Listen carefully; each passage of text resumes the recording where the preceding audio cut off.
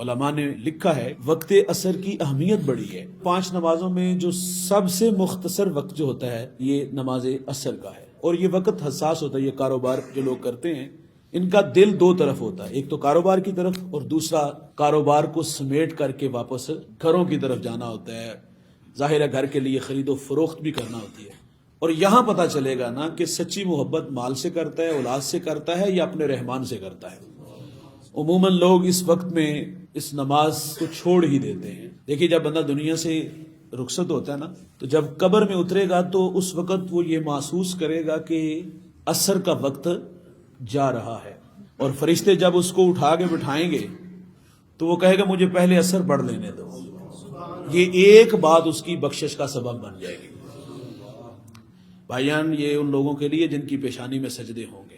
یہ وہ شخص جس نے حی علی الصلاح کی صدائیں فضا میں سنی، کام چھوڑا، کاروبار کو ترک کیا اور اپنے رب کے حضور اپنی نیاز مندیاں پیش کی.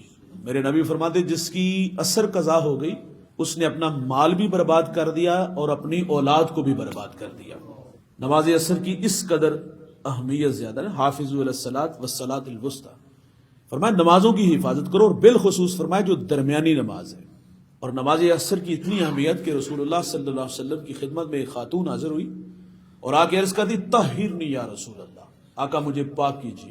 اس کا گناہ بڑا تھا. اس نے عرض کیا کہ حضور گناہ کا اظہار کرتے ہوئے کہ میں شادی شدہ ہوں، میرا شوہر دیار غیر چلا گیا، اس دوران جو ہے وہ نفس پہ قابو نہ رکھ سکی، مجھ سے زنا ہوا، حاملہ ہوئی، بچہ ہوا، تو میں نے اس کو مارے غیرت کے قتل کر دیا. اور عرض کی کہ حضور میرے پاس سرکے کا مرتبان تھا، میں سرکہ بیچ کے اپنا بسر اوقات کرتی تھی، تو میں نے اس بچے کو ذبح کر کے اس مرتبان میں پھینک دیا اور گندا سرکہ بیچتی رہی.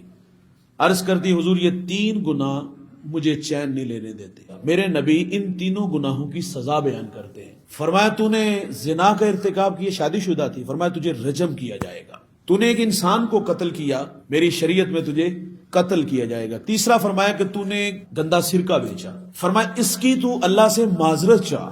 3 گناہوں کی سزا بیان کرنے کے بعد رسول اللہ فرماتے ہیں تو جس درد سے روتی ہوئی میں محمد کے پاس آئی، میں سمجھا شاید کہ تیری نماز عصر قضا ہو گئی. کتنی ہوتی ہے بھائی، افسوس ہوا. معذرت سے کہوں گا دامن ہم دیکھ لیں تو کیا ہے ہمارے پاس. سری سکتی بہت بڑا نام ہے یار، جوان بیٹا دنیا سے چلا گیا، دوران تدفین نماز عصر قضا ہو گئی. سارا شہر افسوس کے لیے آیا، لیکن ایک زخم دل پہ لگا تھا. کہا بیٹا چلا گیا، سارے شہر نے افسوس کیا، میری نماز عصر چلی گئی، کسی نے بھی افسوس نہیں کیا. 8 افراد ہیں گھر میں، نماز تو سب پہ فرض ہے. کتنے لوگ آتے ہیں؟ فجر، جمعہ، عید کی نماز. بہت سارے لوگ ہمیں ملتے ہیں، وہ کہتے جمن تو لے کے ہون تک کدی مسجد منہ نہیں ویکھیا. نماز کی اہمیت کیا رہ گئی ہے؟